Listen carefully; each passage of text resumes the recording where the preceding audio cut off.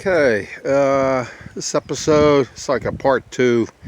I'm still trying to design a $10 solar oven, basically. You know, out of cardboard and tin foil. And anyway, that's my dentist down in Mexico, Los Algodones. Very beautiful woman.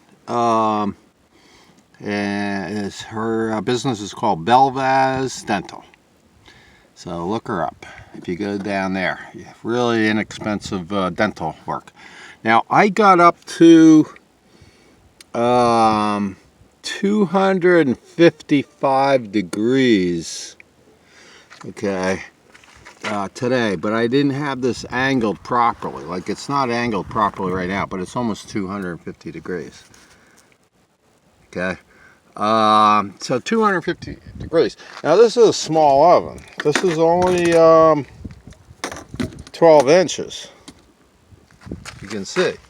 The bigger the oven, the more reflective surfaces you have, you know, with your tin foil and stuff. So it's going to get hotter if you build a bigger one. I just wanted to do, okay, sterilized water. As long as you get above 212 degrees, you're sterilizing your water, and you could do your, you know, instant coffee, your instant meals like cup of noodle soups. You can do your brown rice, which is just requires boil in a bag kind of thing. Macaroni and cheese, that kind of stuff. You can do an awful lot, even with 255 degrees. Like this is reaching. Okay. Like I said, I got about 10 bucks into this. I had the cardboard and the tin foil. I had the tape. Matter of fact, on the bottom, instead of spray painting it, I didn't have black spray paint, and I used electrical tape. Okay. Just lined it with a bunch of strips of electrical tape to get that black to absorb the heat. And then back here, I'm just using a bread baking pan kind of thing to put things in, because it's dark colored. So you want to use a dark colored, if you're gonna want to bake or cook and stuff, you want to use something that's very dark colored. And that's not really dark color, it's gray, but so you could probably get even higher temperatures. So there's not much here involved in this. You know, I'm using bungee cords to hold the sides. I also had some styrofoam, like 1-inch thick styrofoam, which I glued to those three sides and the bottom. So,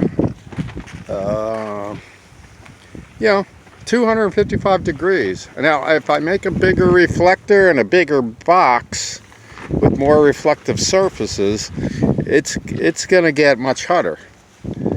I just wanted to do baked potatoes.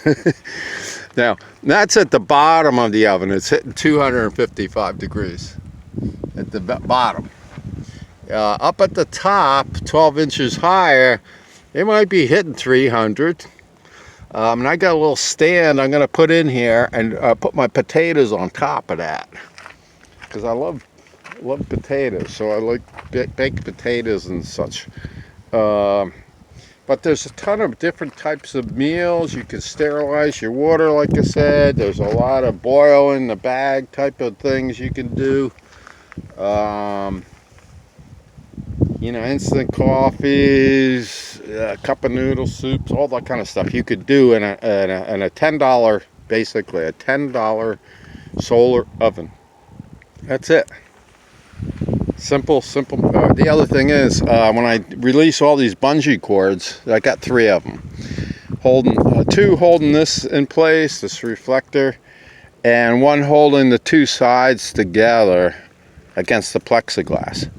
Only weighs pound and a half at most.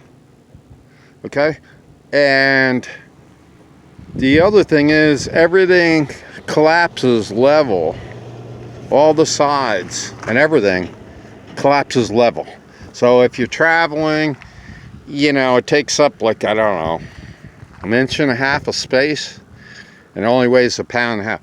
The other Dutch ovens I've seen, or not Dutch ovens, solar ovens, are like $300. Some are $400, and they're not even attaining any higher than 250 degrees, most of them. I saw 2 different types. One's just like a 3-inch diameter tube, glass